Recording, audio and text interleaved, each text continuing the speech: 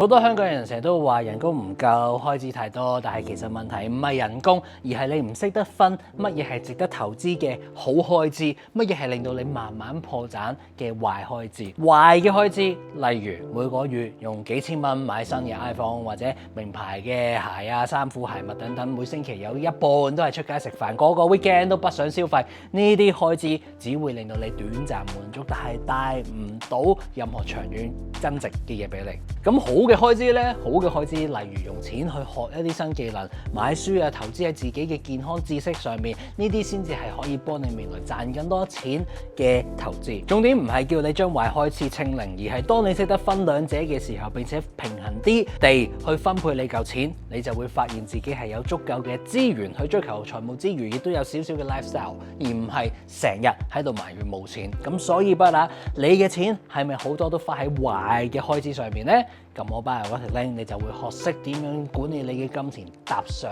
財務自由之路啦。